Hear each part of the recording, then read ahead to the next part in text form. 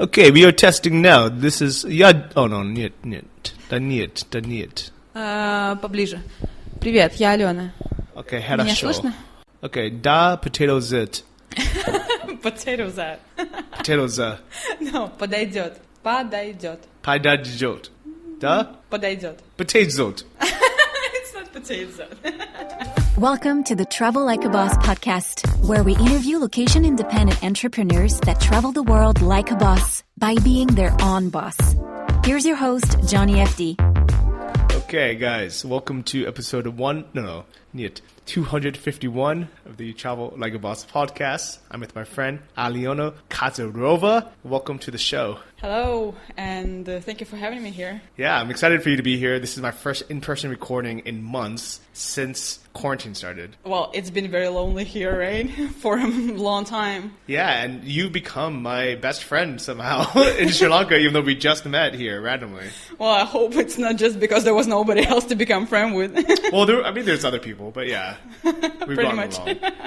So let's tell everyone how we met. I think I remember the exact date. So it was like my second day in Sri Lanka, and I texted where the people were working from, and then you replied that you were working from this what was it, Good Story coffee shop in Belgaum, and I went there, and apparently I was so surprised because it turned out to be a super Russian place. And you remember I came in and there were all these Russians around speaking Russian, and I couldn't really figure out where I was because I haven't been in Russia for a long time, and living abroad and being a nomad and, hearing English, 99% of the time, and all of a sudden I was surrounded by all these Russians, and then there was Johnny in the middle of this whole Russian gang. So it turns out I'm actually more Russian than Aleona now. Oh yeah, because Johnny throws in Russian words in every English sentence he says. And I started learning from him and doing the same.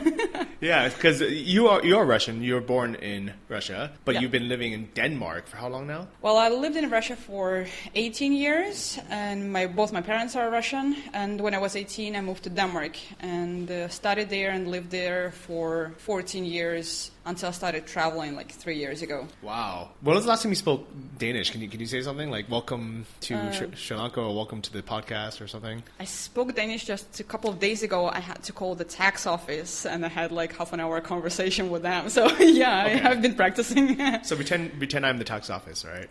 Hello. I don't know. Is that what they're saying? Hi. Hi. It's very easy. Should I say something specific or? Yeah. Well, I'm in the tax office. Hej, det er skattekontoret. Oh. Yeah. I don't know English. Hej, jeg ringer, fordi jeg har fået et brev fra jer, hvor det står, at jeg skal ringe til jer. Oh. This is the most stupid thing ever, but... Fantastisk. Good morning. Godmorgen. Good morning. Mange tak. Selv tak. Yeah. Okay, that's all the Danish I know. Let's move back to Russian. That's easier. Yeah. So it's funny that you're very different, I think, than the typical Russian traveler I meet, or even the typical Russian tourist. And it's funny because I'm learning Russian. I'm super trying to assimilate myself into the Russian culture. But you're probably more. I don't know what you are. You're not.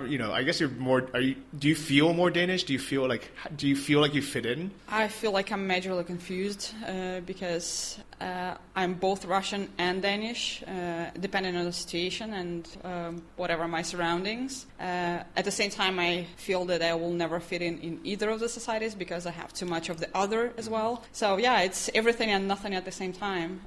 But I think it's so weird. As we talked a couple of days ago, here in Arugambe, you have more Russian friends than I do. So whenever I travel, I never look for Russians or Danish. I have very international friends. Yeah. Well, you are just surrounded by Russians all the time. Uh-huh.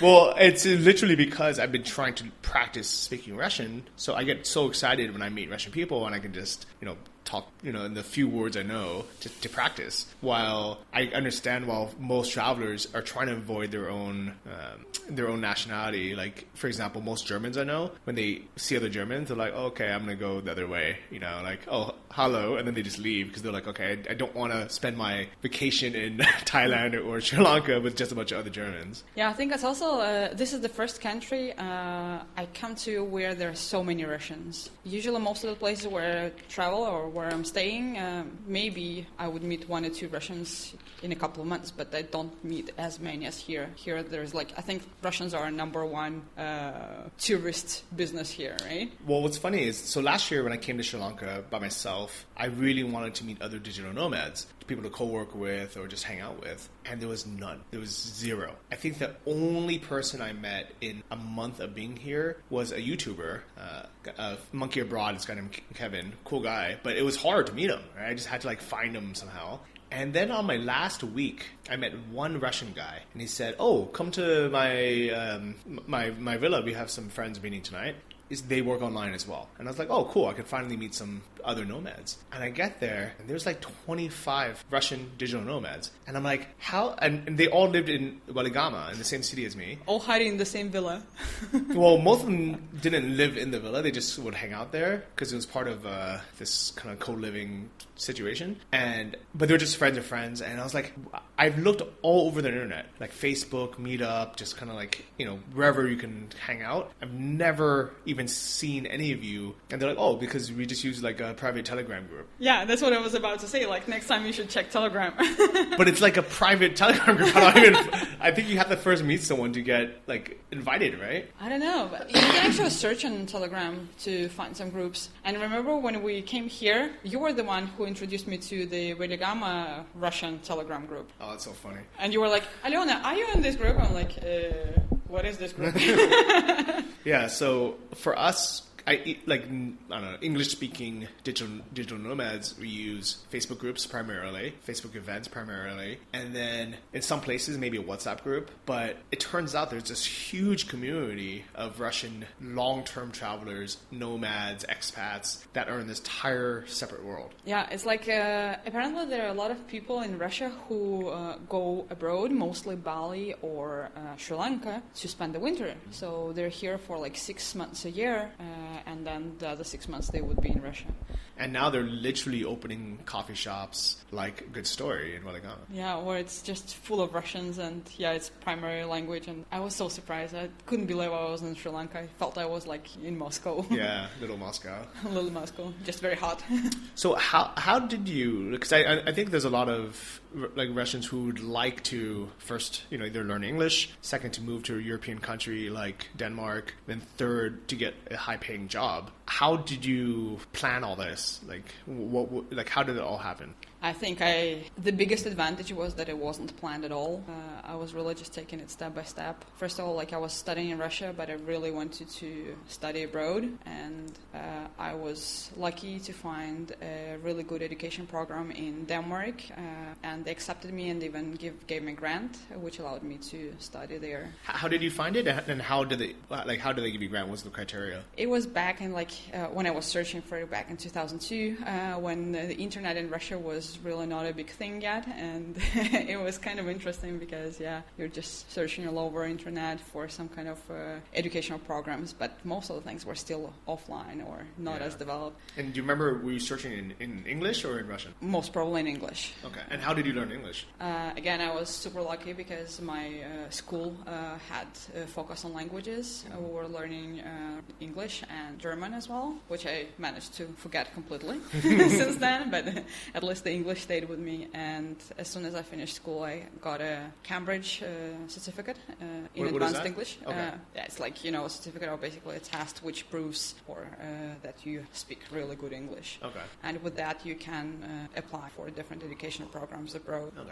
Yeah, I've always said that learning English really is the key for most people in countries that they don't want to be in or don't have the opportunities to I don't want to say escape, but to have a different opportunity. Yeah. To move abroad, whether it's to the US or to Europe. and get a job, or develop a career that pays significantly more than they would in Ukraine or Russia or a lot of like lower paying countries. Yeah, I think like especially now it's so much easier to learn English online. You have all these resources, you have YouTube, you have all the whatever movies and everything you can watch online in native language. While like when I was learning English, I remember I managed to buy what was it, VHS, right? The video cassettes with a movie in English. I think it was The Net or something, and this was the only movie in English I had, and I just watched it over and over and over again because it was the only thing, like the only real exposure to native language.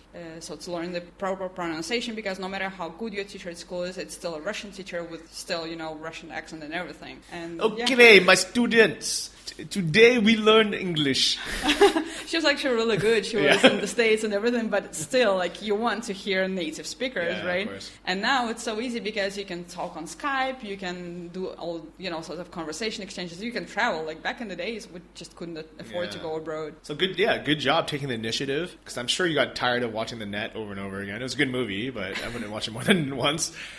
So you basically, learned English through school, but a lot of people will go to school for English and never learn it. But then you also self-studied, and then you took the initiative to find these programs, even though they probably weren't very popular then, right? Not in Russia, for sure. So in Russia, there was this idea that you have to be super crazy rich to be able to go abroad and study there, which was really not my case.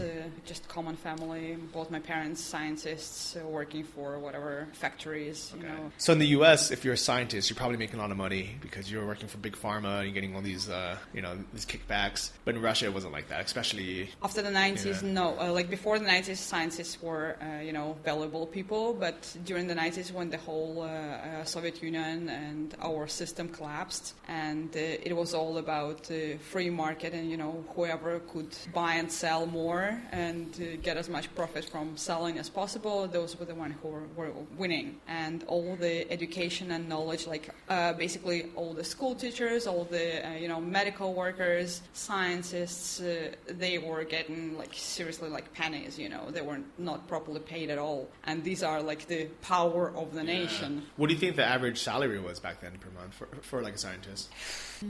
Maybe like $200 or something. And like it's really hard for me to say it now because first of all the exchange rate has changed so much, and also the prices in Russia have changed so much since then. Okay, but definitely it wasn't enough to send you abroad to study in a foreign university. And definitely not to Denmark, which is like one of the most expensive European countries. And basically the conclusion was I had to pay for everything myself, and I had to find a job there as soon as I got there. So like my parents could give me enough money for 1 month of life in Denmark. And 1 month? 1 month, yeah. They said, "What here is everything we can give you. You have 1 month to figure out your life." Yes, and they also gave me a credit card, which was super cool back then. Like I had never had a credit card before, and they gave me a credit card saying, "Here is the money to buy a flight back." Also, like back then, you couldn't buy it online, so you had to go to an actual, travel agency and buy the ticket. But yeah, with the money to buy a flight back, in case you need it, we'll give you the PIN code when you need it. Oh, so you had the card, but you couldn't even use it yet. I couldn't use it, so I had the money just in case I ran out of money during this month. I didn't have a job, and I had to fly back home. That was my backup plan. Wow. Okay, so you get to Denmark, you have this card without the PIN, and you have a month. What did you find a job? I did the most stupid thing ever from my parents' perspective. The first thing I did, I bought a bicycle. Okay. And when I'm on the phone with my parents, again, no internet, no Skype, so they called me once a week for like 15 minutes. And they called me and like, "Hi, how are you doing? How has your week been? Like, tell us everything about Denmark and your new life." I'm like, "You know what? I bought a bicycle." And they're like, "What?" It's like, all their future dreams about my, life in Denmark just crashed. So I spent like, I don't know, I think it was 20% or 30% of the money they gave me on that bicycle. And I'm like, you know what? A person without a bicycle in Denmark is just not a person. It's like not a human at all. They listened to me. They didn't really believe what I was saying, but okay. More because you just can't get anywhere, or what was the reason? Basically, everybody bikes. You know, it's like, especially I was living in the beginning not in Copenhagen, but in a smaller city. And all the public transportation is very expensive, and I just didn't have money for it. So you either walk, which can be half an hour, can be 1 hour, or wherever you want to go, or like even the closest supermarket to me was like 15 minutes walk. And or you get a bicycle. So I got this bicycle, and like 3 weeks later, one of my friends told me about a job where you deliver newspapers super early in the morning, like from 4 a.m. to 7 a.m. On a bicycle? On a bicycle, exactly. So you put like 2 bags on the back of the bike full of newspapers and just go around private houses and deliver newspapers. Do you have that in Russia? No. In Russia, it just sounded like a completely crazy job. Like, yeah, of course, there is like post delivery, but usually in Russia, back in the days, at least it was like, you know, some call it women, you know, who would just go with a bunch of newspapers in their hands and give them to everybody. But so do they like knock on the door and say, here's your paper? No, they have boxes. Okay. But in Denmark, it was where I was staying and where I was working as a newspaper delivery. It was mostly private houses. So like 4 o'clock in the morning, I would ride on my bicycle through some horse yards and, you know, like in the middle of nowhere. And then, I arrive at this house where the owner would already be waiting for me with a cup of coffee, you know, at his doorstep. Or sometimes, you know, nobody was waiting for me, so I just put it in the post box. Oh, that's nice. Go on, yeah. In the U.S., we have this too. We call them paper boys. Same thing, 4 a.m., 5 a.m., right around. But instead of putting it nicely in the post box, you just throw it as hard as you can, like into the bush. Oh, yeah. In Denmark, this would not work at all because it rains so much. So most of owners, you know, they would find their newspapers completely wet and unreadable. Well, this happens in the U.S. as well because people just throw it into like the lawn sprinkler. They just don't care at all. But it's nice that Denmark, it seems like they cared a little bit more about the paper. Yeah, like you have to do it properly, otherwise you get a complaint and then you get a complaint from the job. And I didn't want to lose my job. This was my only chance. So how much did it pay? Do you remember? So they paid me enough for me to pay the rent, to have some basic food. So I couldn't go to restaurants, like forget about it. I couldn't even get a China box down the street, you know. So and by China box, you mean Chinese takeout? Yeah. In Denmark, like in Copenhagen or whatever, we call it China box because there's like a chain where you can basically you get a paper box full of some kind of noodles and something. That's funny. And this is like the cheapest takeaway you can get, and I couldn't even afford that. Wow. And when I needed, a laptop, imagine that, you know, back in 2003, I could work weekends and take some extra routes and save some money to buy flights home or to buy a laptop or to buy a camera. I even bought a new cell phone. Wow. And all of a sudden, you know, I had all these opportunities and... and this wouldn't have been possible being a newspaper delivery person in Russia. No, absolutely not. Not even in the U.S., to be honest. Like the paper boys are paid so little that they would have to rob the house to afford a laptop. Yeah, that was like my first summer in Denmark, and I was working all weekends from 2 a.m. to 7 a.m. And managed to save for a laptop really needed for school, for studies. Yeah. Good job, hard worker. Yeah, it was tough, but it was a lot of fun as well. Okay. I'm really proud of having done it. Yeah, that's good. I mean, I'm sure you wouldn't want to do it again now. Oh, no. I remember my cousin when he was listening to, you know, to all my stories, and then he said, like, I would have never, ever done it. Yeah. But you know what? That's why a lot of people don't get anywhere in life or doesn't change their life because most of us are not willing to do what it takes in the beginning, you know? I think it depends a lot on the approach. I mean, I was so focused on my goal to get a good education in Europe that I really didn't care about all this. These were all just steps on my way, and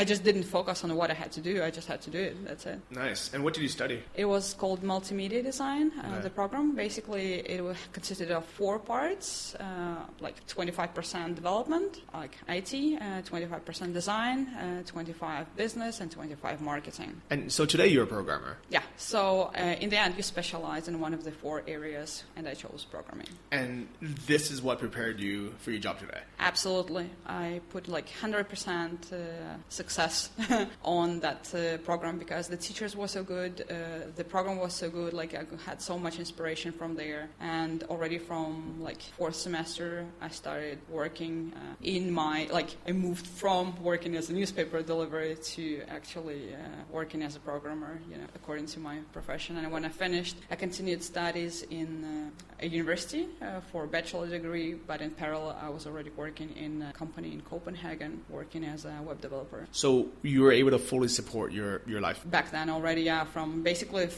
first semester, from the second month of my life in Denmark, I was fully supporting myself. Nice. And then how did your parents feel when you told them that? They were really happy. Of course, like the first maybe half a year, I lived a very basic life. So like I was basically eating rice and carrots, which were the two cheapest things I could buy in Denmark. Were you cooking them together, or? Well, I was cooking rice, and then I was eating carrots as fruit and vegetables, just fresh. So you'd have like a bowl of white rice and then like some raw carrots? Yeah. Oh, okay. More or less, like, okay, I'm over-exaggerating a little bit, but like once in a while I would afford a little bit of bread or, I don't know, put some onions in the rice. But basically, yeah, it was very, very poor food quality, or like the quality was really good, it was just not very diverse. And when my parents figured that out, because they didn't know, like I never told them that, like when they figured it out, it's like, why didn't you tell us? We would have sent you some money, It's like, well, you told me you didn't have money, like why would I be complaining then? Yeah, I mean, and I understand, you don't want to put them in a bad situation because you can survive, right? When you're young, you can kind of get by eating anything. Yeah, I also kind of realized the difference between the salaries in Russia and what my parents were earning and how much money I actually needed in Denmark for a proper life. So even if they sent me like half of their salaries, it wouldn't be enough for anything in Denmark. Yeah, so you were making more as a newspaper delivery bicyclist than they were as scientists. Than my PhD parents. Wow. Yeah, that's tough, but that's also why it's so good to have this location arbitrage and go where we're treated best, where we can get paid the most and develop the skills we needed. Exactly. Like I am so grateful for being able to study in Denmark and get a good education, and like the job opportunities and everything there is just, or at least back then, it was so much better than Russia. Is it expensive to go to university in Denmark, or is schooling free like in some countries? It's free, 100% free for all Europeans. Oh, but you weren't European. For us, people of third world countries, it was expensive. Is Russia a third world country? Yeah. Still?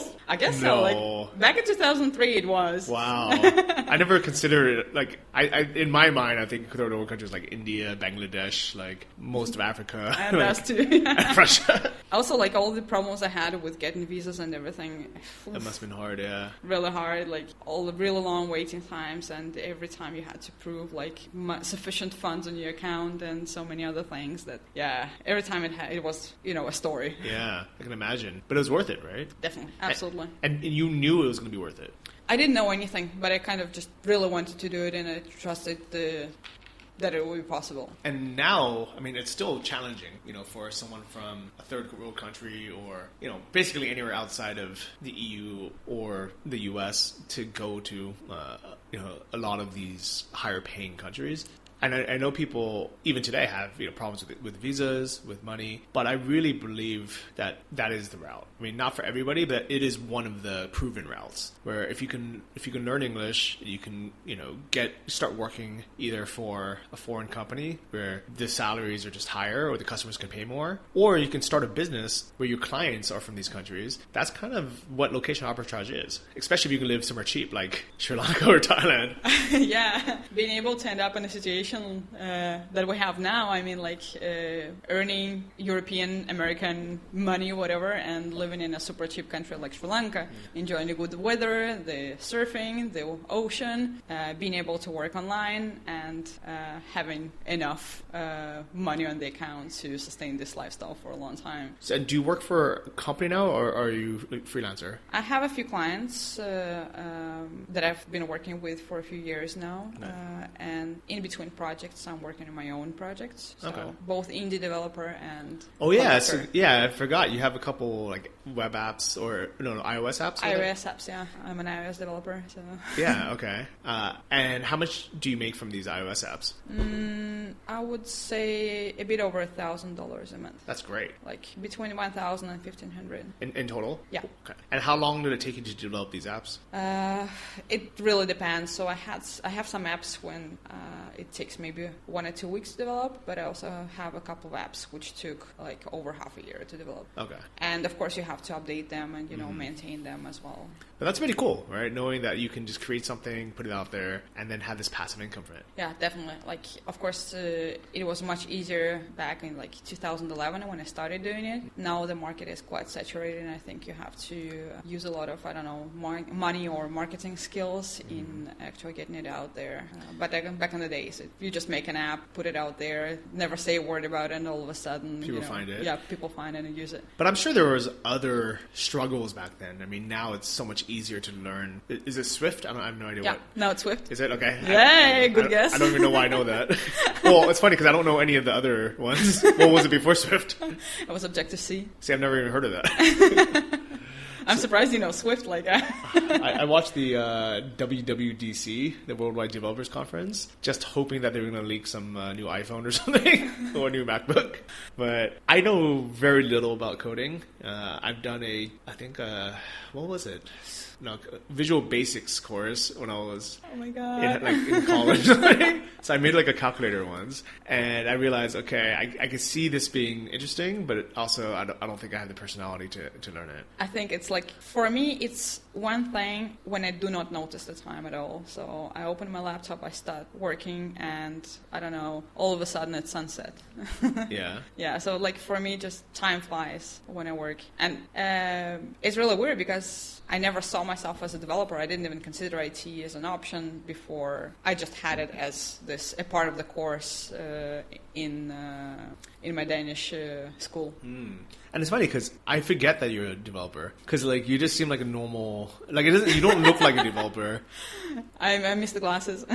Yeah. So I mean, it really does show that anybody can learn this, right? Absolutely, and it's fun, and I mean, it gives you so many opportunities, especially nowadays when you can travel and work online. Yeah, and it pays well. And it pays well, yeah. What do you charge per hour? Between $60 and $100, Wow. depending on the project and client. So if you're working full time, like 40 hours a week, how much can you make in a month? You can make over 10,000, sure. Oh my god. So, but I don't want to work that much anymore. Yeah. I used to do it, and at some point I was working like 70, 80 hours a week, but which led to almost a burnout, and I promised myself I would never work more than 30 hours a week again. Yeah, that's smart. It's nice having that freedom to be able to choose, because if you need the money for some reason, you could work more. Like if I have to eat rice and carrots again. I can work more, so I can scale it up, but I'd rather not. I wonder how many developers out there like could or work so many more hours that they just choose not to. It's a really hard balance because on one hand, as I told you, like I really like doing it, and time flies, so it's really hard to notice this or pay attention or realize that okay, it's enough, because you're in the zone and you're having fun and everything is great, and then all of a sudden, boom, burnout. So it's not like you're suffering and I gotta stop working for today, like this has been enough. No, it's like you can keep on going and going until you just crash. So one day the Mountain Dew stops working. All the coffee runs out. and you wake up in this dark room, you're like, what happened? Where am I? Why are there so many empty pizza boxes and cans of Mountain Dew Code Red? Yeah. And Red Bulls. Oh, I love it. If somebody wanted to kind of go this route of learning a skill, a language, would you give them any recommendations how they can get started? Would you tell them to go to university for it? Would you tell them to take an online course? Would you tell them to do a boot camp? Like, what would you tell them to do? I've never had a boot camp or never tried it, but I think it would be a really good start. Like if I had to start all over again, then I would probably go for it. I don't think university is necessary or like a major, whatever, coding course. Of course, you can learn a lot lot from it, but you don't necessarily need it to get started. So maybe just take some online courses and just start playing. Find something that you're interested in. I don't know, pick an iPhone and download Xcode, which is a free program. Get some videos. Maybe sign up for a course online, which costs, I don't know, like $50 as maximum. Any courses that you've either went through or heard of that are good? I haven't really had or learned or tried any beginner courses. Mm-hmm. I was actually teaching myself at some point in Denmark, and we had like a 3-day super intensive workshop or course, and from then on people started just playing with whatever they learned during the course. So you really don't need that much to get started, some real basics, and then it all depends on how interesting you find it and if you like playing with stuff and just trying to discover it on your own or follow some random videos. Okay, I like it. At the last Nomad Summit in Chiang Mai, we had a speaker, a girl named Steph Smith, whose topic was how anybody can learn to code in less than 1 year. So if you guys are interested, you can just go on YouTube, look for Nomad Summit, Steph Smith, and watch that. There's some recommendations in there. But I think it's really cool that you've managed to kind of create your own life, move to Denmark. How'd you learn Danish? Oh, that was a very steep learning curve. It was nowhere near like Russian or English. Mm-hmm. Pronunciation-wise, I think it's like the hardest language on earth. And like vocabulary and grammar was kind of similar to German, so I had an advantage there. Mm-hmm. But the big problem there is that when you go from a classroom where you're sitting with a teacher and a bunch of other foreigners who, can't pronounce it right, and then you go out on the street, nobody understands you. So I finished the course, graduated, got good grades, and then I was out on the street being completely unable of speaking, Wow. And was that course, I mean, you were learning basically, design and programming. Was that in Danish from day one, or how did you even understand anything? It was in English. Okay. A lot of education programs in Denmark are in English because there are a lot of foreigners mm-hmm. studying there. And actually a lot of teachers are not from Denmark either. Oh. So the course that I had at the university, it was only taught in English because like 50% of the teachers were from all over Europe. Oh, nice. Okay, cool. So learning Danish was really just for social life and living? Well, I felt like I had to learn it to integrate myself better in the Danish society, and I started to learn it from second month, I think, as soon as I realized I could stay there, and it took me like less than 2 years to complete the full course and get the final Danish exam and everything. But yeah, and after that it took me maybe another 2-3 years to actually start speaking with just random people or at work or anywhere else. And this was a course offered by your university? No, it's offered by the, what do you call it, like the city hall or basically by the government. Okay. Back in the days you had to pay a little bit for it. I don't know how it is now, but it's not very expensive. It's definitely worth taking if you want to stay in Denmark long term. Although there are some people, and I know a bunch of people who live in Denmark for, 10 plus years and still don't speak any Danish. All the Turkish guys. Manga talk. But actually, I was looking to see if there was a similar program in Russia. And I was thinking, what actually would be interesting is, because I know programs like this exist in pretty much every country. And I was like, I wonder if I can go to like Moscow or St. Petersburg and learn Russian through like an actual government-sponsored program. And maybe it would be either free or really cheap. You know what you should try? This idea just crossed my mind. I know that in my city in Russia, there is like a school where there is a teacher from, I think, England. I'm not sure though. But he's basically doing like English course in exchange for Russian course. So he's learning Russian while he's teaching English. Okay. And it's kind of an interesting, I can research a little bit more. Yeah, please let me know. And if any of you guys listening know of such a program, send me a link. Either find me on Instagram or Facebook. Just look Johnny FD or Johnny FDK. Because I looked, there was nothing I could find. I mean, there was a bunch of paid programs. They're outrageously overpriced. Because I think if you Google anything in English about like study abroad Russia or like language learning Russia, you're just going to get these, basically web marketers of these programs. But there's a chance also that Russia just doesn't have it. Just like, no, we don't have, like we don't care if you learn Russian. I've never heard of any like specific Russian courses in Russia. Maybe like Moscow, St. Petersburg, there should be, because I mean there are quite a lot of foreigners there, but there are not so many of them in the regions, outside of Moscow. Yeah, well, it'll be interesting. We'll see if I get there. But right now in Sri Lanka, this is my Russian course. Or you can always go to Denmark and take a Russian course there, because I know they are for sure. They have it there? Yeah, by the embassy. The embassy has some Russian courses. So it's easier to learn Russian in Denmark than it is in Russia. All right. Well, okay. So you went through school. You went to you lived in Denmark. You got this created a good career for yourself. What made you start traveling? The weather, without any doubt. The weather. The reason I started traveling, and I didn't even realize I was becoming a nomad. I didn't really know much of the concept at that time. But I was sitting in Denmark like somewhere in February, and I didn't have an opportunity to take time off for vacation, but I was just in a need of some sunshine, and I was working remotely anyway, so I decided to go to Spain for a couple of weeks and at least see the sun through the window, just at least be in a, better weather place, because the winter in Denmark is just dull. I mean, I love Denmark, it's my country, and I really love the summers there, but the winters tend to be very long and dull. Well, it's funny that you say February, because in the US, or at least in California, I think of winter as November, December, and then by February it's spring, and it's like, getting sunny and warm again. But it turns out that in Europe, February is the coldest month. And it's the worst because, the winter starts kind of November, but then November, December are those happy months that when you prepare for Christmas and New Year, all the fun. And then January, maybe there is some snow, maybe. But still, it's survivable, it's bearable. But then around February, you start craving spring so much, but it's still cold, it's still dark, it's still miserable in many ways. And the spring is nowhere near yet. And this is the month when you really want to go somewhere. February and March, but by the end of March usually the sun starts appearing and it becomes just a little bit better. The hope is out there.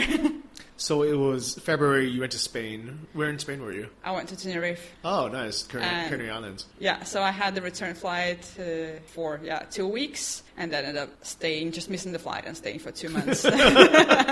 Because I realized I could work from there, and the weather was good, and I could just, go to the beach in the evening after I was done with work, and, this whole new world of opportunities opened up for me. And I met some nomads, and after Tenerife, I went to Germany to meet one of my friends, another digital nomad whom I met in Tenerife, and then the whole story started. All of a sudden, before I knew it, I was a digital nomad. That's cool. What year was this? This was a bit over 3 years ago, February 2017. Mm-hmm. Yeah. Nice. And was it even that hard of a transition, or were you like, why didn't I do this earlier? I didn't even have any transition because I never really, prepared for it. I didn't have to sell all my things and, rent out of my apartment or anything. While I was away, a friend contacted me saying, when are you coming back? Because, I'm looking for a place to stay in Copenhagen. Can I stay at your apartment? I'm like, yeah, sure, it's still full of my stuff, but you can stay there. And, yeah, it just happened, So she started paying your rent? She was paying my rent, yeah. And then sometime later, I already went to Denmark and, organized it properly. But it was already when I was living the digital nomad lifestyle. It wasn't before, so I didn't have to prepare at all. That's a good transition. Yeah, basically no transition at all. If I knew any more about coding, I would have made some transition joke there, but... Well, do you need, to know anything about coding? You're living a pretty good lifestyle already. Yeah. No, I meant is there, I don't know, is there some nerdy phrase or something? How do you transition from one line of code to next section or next page or something? I don't know. It's really hard to think of something super nerdy when I'm not talking to a nerdy person, I don't know. Is it I don't know, close bracket, enter, something Next line. Page break or something. Line break. I have no idea. Yeah. So you accidentally became a digital nomad. And where did you go after Tenerife in Germany? Then I went to Italy and Malta. And after Malta, I decided it was time to go and visit Chiang Mai. Have you heard a lot about Chiang Mai before then? Well, by that time, I figured out what digital nomad was, and that the capital of digital nomads was in Thailand. So I had to go and see it. Okay. And so I went there for a month. and then I moved to Koh Lanta for another month, and I absolutely fell in love with Koh Lanta. It was so beautiful and nice. Because it reminded you of Scandinavia with all the Swedes there?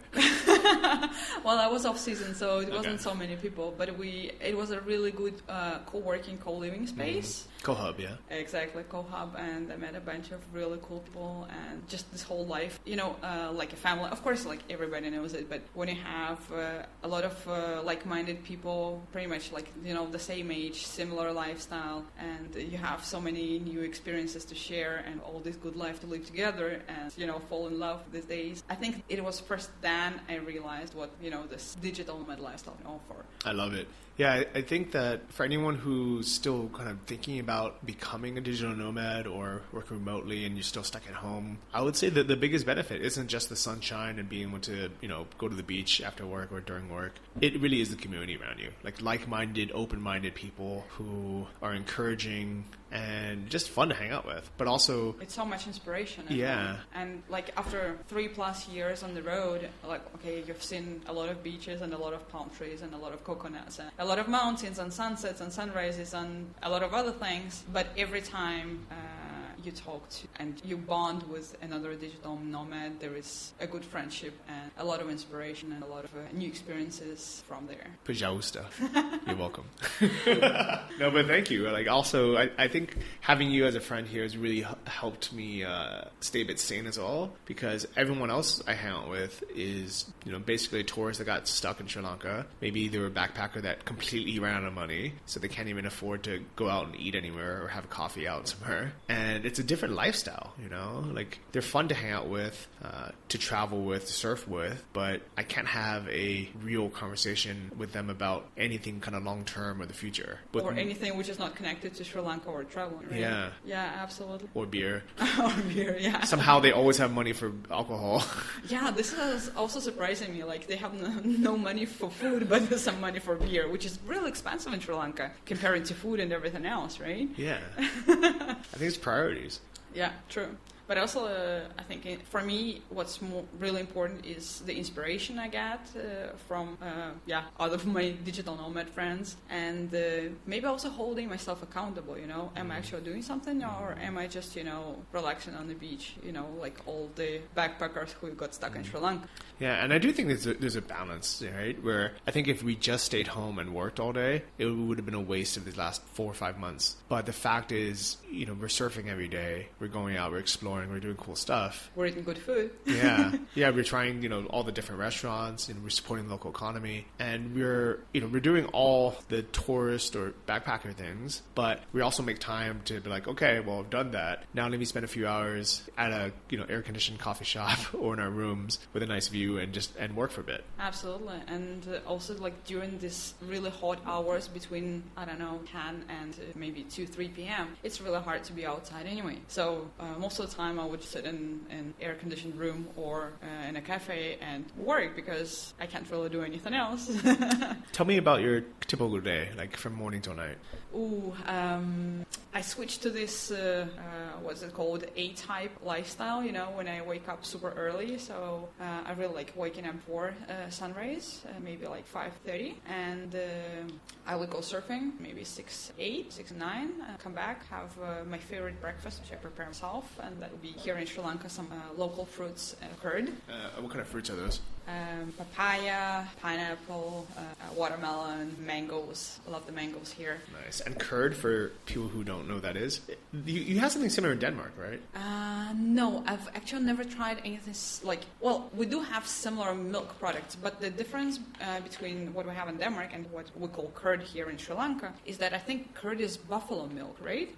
It's not the cow milk as what we mostly use in Denmark. Oh, okay. Or in Russia. Yeah, there's no buffaloes in Russia or Denmark. I've never seen them.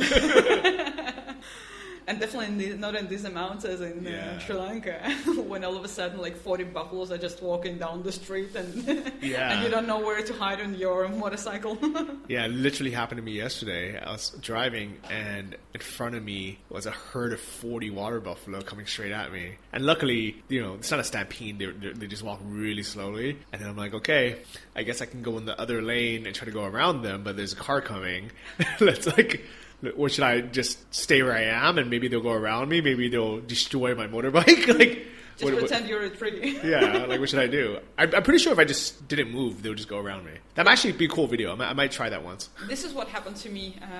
They just walked around me. And I tried to film them because I stopped them. So I pulled out my phone and tried filming. But they kind of looked like they didn't want to interact much. So Maybe they're camera shy. Yeah, maybe. But speaking of video, right now, I think right when this comes out, my YouTube video of trying Sri Lankan dessert for the first time, or homemade Sri Lankan dessert, should be up on my YouTube channel. Just look for Johnny FD. And to spoil it, it's homemade curd. With what? With honey? With mangoes. With mango. Oh my god, that sounds good. Yeah, it's good. Just as good as sticky rice? No. It's different. It's different. I mean, it could be better in some ways, but the reason why it's not as good is sticky rice, which is the Thai dessert, if anyone isn't familiar. The rice itself is made with coconut milk and palm sugar or something. It's sweet. So you have like some crunchy something on there. I don't know what it is. Some crunchy things on there. And then you have the fresh mango. So all that together is very sweet and delicious. The curd, at least the one I made, it was just the curd, which isn't sweet. It's like how do you describe curd? I think also curd here in the East Coast is very different to the curd we had on the South Coast. You know, the homemade, the one you buy in pots, not the one from the supermarket. I never had it in the South. I was always intimidated to buy it. Oh well, I started buying it when we had the lockdown. From the start of the curfew, because the lines to the supermarkets were just so long, and I couldn't be bothered to stand 1 hour to buy, just a little bit of curd. That feels like so long ago. Feels like 2-hour lines. Different lifestyle. This is like your parents talking about the USSR days where you had to wait 2 hours in line to buy some milk products. Especially when you only have like 6 hours in total to do all the shopping and everything, and then you're on curfew again and completely locked down for a few more days. So this is when I started buying it off local people just on the side of the road, and this is where you buy, the homemade curd in pots. Yeah. So explain the pot. Like So what we're getting in the South, I think it was kind of yogurt, something between yogurt and sour cream. Okay.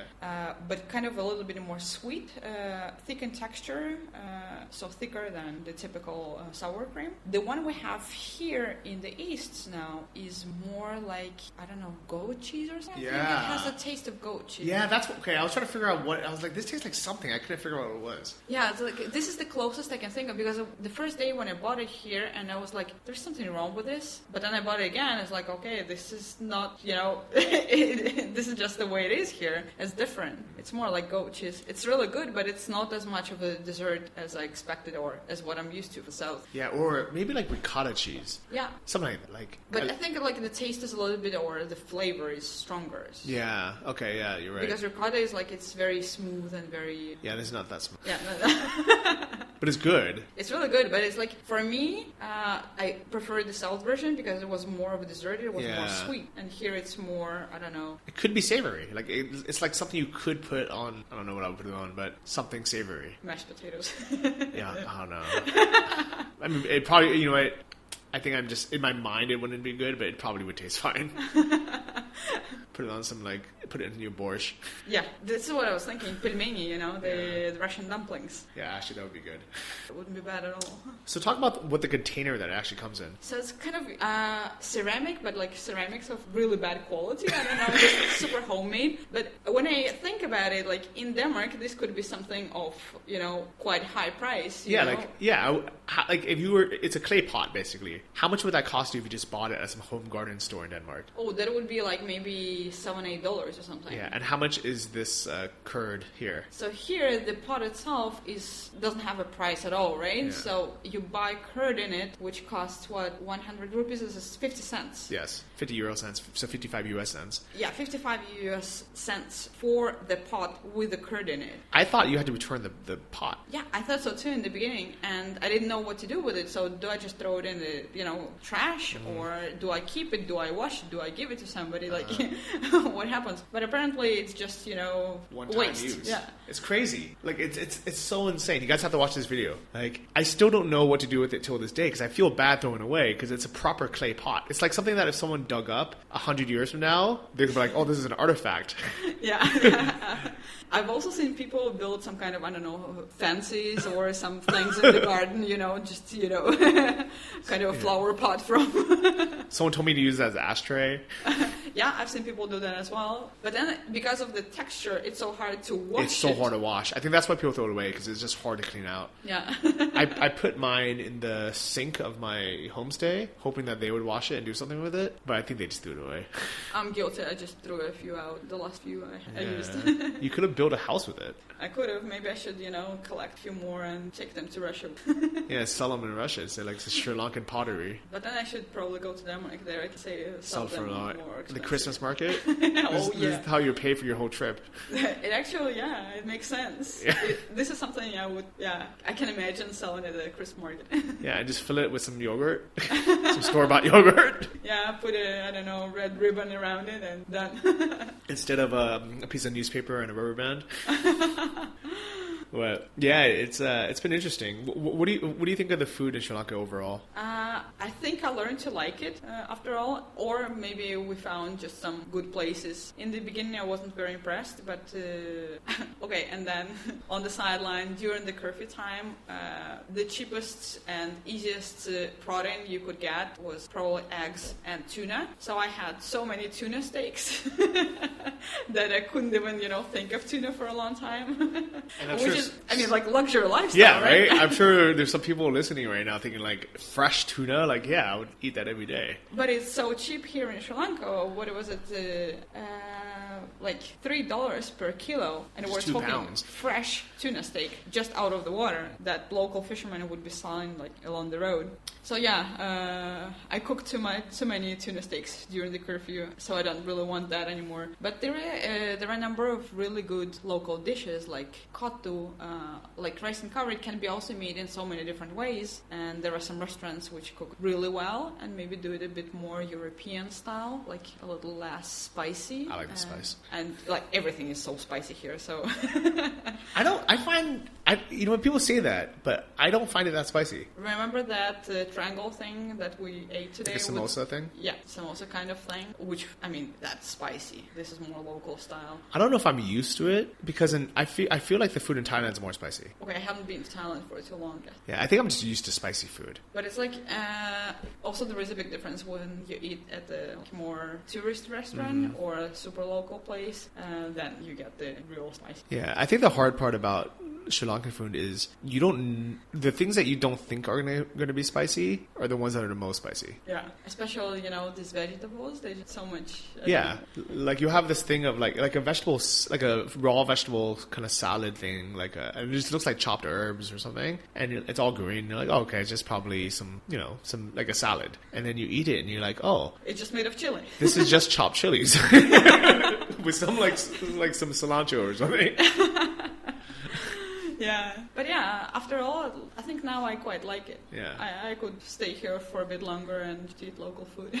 Yeah, I started liking it now too. I started appreciating it more now too. I think in the beginning I was spoiled with how much variety that you have in like Thailand, for example. There's so many different dishes that you can order something different every day for a month and never repeat. Here it's like the same 5 dishes over and over. But I realized I really like these 5 dishes, so I'm actually okay with it. Now, speaking about Thai food, I really miss pad. Yeah, Kotu is similar. Just tell them to make it oilier. And peanuts. Oh yeah, peanuts. Yeah. Bring your own peanuts, just throw on top. Oh yeah, that's a good idea. Yeah. But the peanuts they sell here, there are 2 types. So ones are completely fresh and not roasted or anything, and the other type, which is like super crazy spicy, which is called deviled peanuts. I love those. I can't find the balance because I want something like in the middle. I would like it maybe roasted with a little bit of salt, but not as deviled as the deviled are. Just buy a pack of each and just mix them together. Up. Yeah, there you go. Solved. Easy. So we've now both been stuck in Sri Lanka for 5 months already, more or less.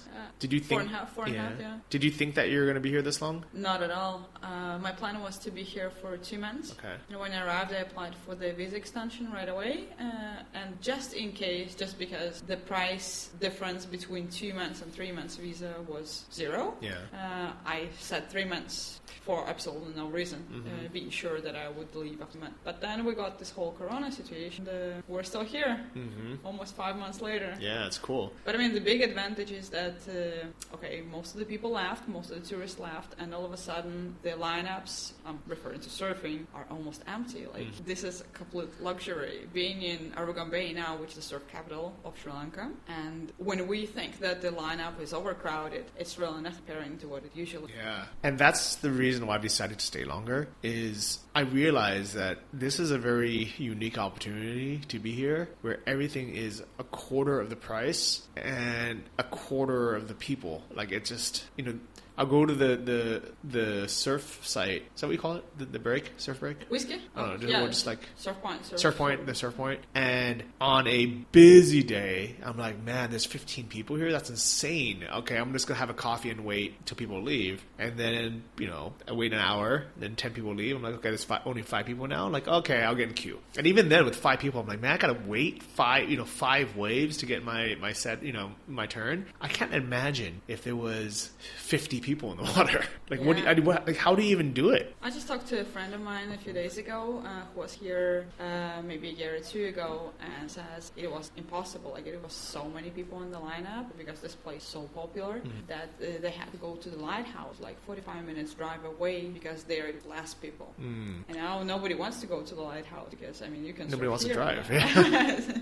So you don't need to. Yeah. So I recognize this as a very unique opportunity where it's never going to be this cheap again. It's never going to be, this less crowded again. Accessible for us. Yeah. So if I don't take advantage of this now, I'm going to regret it in the future. Yeah. And it also reminded me of why I stayed in the first place. I didn't know this would happen. This is, by accident. This is maybe like being rewarded for my patience. But like a lot of people, we had the opportunities to leave, during the start of Corona. I was even able to get a free flight either back home or somewhere else for, emergency, whatever. Evacuation, panic flying. But I chose not to do it. I'm like, no, that doesn't make sense. If everyone flies, we're just spreading the corona everywhere. And then everything's fine here, so why risk moving somewhere else? And in the beginning, I was a little bit jealous because I was like, man, there's so much freedom in the U.S. and Germany. People would just go out and kind of, restaurants were still open. Supermarkets you can go to any day of the week. And here we were limited to go once or twice a week. And I thought, man, maybe I should have left. But now that we've sat through all of it, and now it's been, 4 months of lockdown, and they haven't let any new tourists in for 4 months, the people here, not only do they know we're safe because there's been no new flights, and no new cases actually really in the south or in the east. And they're also very appreciative that there's still some tourists here to spend money, because if it wasn't for us even spending the discounted rates, they would be completely screwed. Yeah, absolutely. And I'm also really happy that I decided to stay. And I think after all, Sri Lanka was a really good country to spend this whole curfew and lockdown time. We were very lucky that we were staying close to the beach and we were able to surf. You were able to surf every day. Well, yeah. I was a little bit proactive and found a really good hotel right next to a private beach where I was able to secretly surf through the curfew when technically we were not even supposed to leave our house. But it was technically part of your house. It was technically part of my house, so I didn't feel that guilty about doing it. There's stairs that went straight from your house into the water, right? Into the surf point. It's insane. And surf break right in front of the house. So it was absolutely perfect. And most of the time we were 1 to 5 people surfing there. So it was absolute luxury. Social distancing in the water. Yeah. But I think surfing is the most corona safe sport out there because you never get too close to another person anyway unless you're breaking the rules. So and I've heard about so many places, Philippines where I was just before coming to Sri Lanka, and Bali where the beaches are completely closed and you can't surf, you can't do anything, and even though you're staying in this tropical paradise, but you can't really take advantage of being close to the sea. And this might be even more depressing than just staying. Well, it depends. Yeah, the first month when I was in Waligama, I was afraid to even cross the street, but also the owners of the house were super paranoid. So they, if I was going to leave the house, they would freak out, and I didn't want to get them in trouble or, freak him out. So I respected it, and I just stayed in my room for 4 or 5 days at a time. But on the days out, I would just quickly do my shopping. Not I wouldn't wait in line for the supermarket. I would just kind of buy whatever had no line, and then I'll go to the beach. Then I would surf on those days. And even during curfew days, I had the beach view. So I had the ocean view while working, and that kept me sane. But the last month, I was in Aleona, and there it basically also had this kind of semi-private beach, and it wasn't this busy town, so there wasn't locals who were everywhere. So I was able to go to the beach and surf every day, even during the down days. Yeah, the curfew days. Yeah. And I think that this was the best decision ever. Stay and enjoy the empty beaches, and also that I think Sri Lanka handled it very well. The whole corona situation, that they locked everything down very quickly, and the virus didn't get spread so much. Like there were almost no cases south, just very few, and there have been no cases in east at all. Yeah. So like in the whole country with 23 million people, less than 2,000. Less total. than 2,000 overall over all this. And almost all those cases came from Sri Lankans who were working abroad who panic flew back here instead of just staying where they were. Yeah. I mean, and maybe they couldn't afford to stay in like Dola or wherever they were where they were working, and they had to come back. But they should have quarantined them hardcore, because they were the ones that came back, skipped quarantine, and then spread it everywhere. And the worst was that they were actually hiding from the police. So when the police started looking for them, they would just be hiding and not knowing who they are. And by that, spreading the virus even more. Yeah, and that was super selfish of them. I mean, I understand from their point of view, they're like, well, I want to go home to my family. But then their entire regions of Kandy and then Colombo were locked down. Like millions of people were locked down because these basically selfish assholes, they were like, well, I want to go home and see my kids and see my family. Which I understand, but it's still super selfish of them. Yeah, so while we on the south still had quite a lot of freedom, I mean, where I was staying, even during the curfew days, people still went out on the street, There was some movement around, like it was a little bit further away from the main road, and there was no police checking. So after the first couple of weeks, people kind of relaxed a little bit, and it wasn't as bad. But I've heard like Colombo situation there, it was really strict. It was so strict. Like you couldn't walk out of your front door for months. Yeah. Months. Food was delivered, like groceries were delivered. Well, not delivered, but they basically had like trucks driving by with different types of music. For like, here's the vegetable truck, here's the rice truck, here's the dal truck, here's the chicken truck. Yeah, that would be crazy to stay at home for 2 months and not being able to, even go to the closest grocery shop. Yeah, I would have been pissed if I was there, to be honest. I'm so fortunate that we were by the beach. Yeah.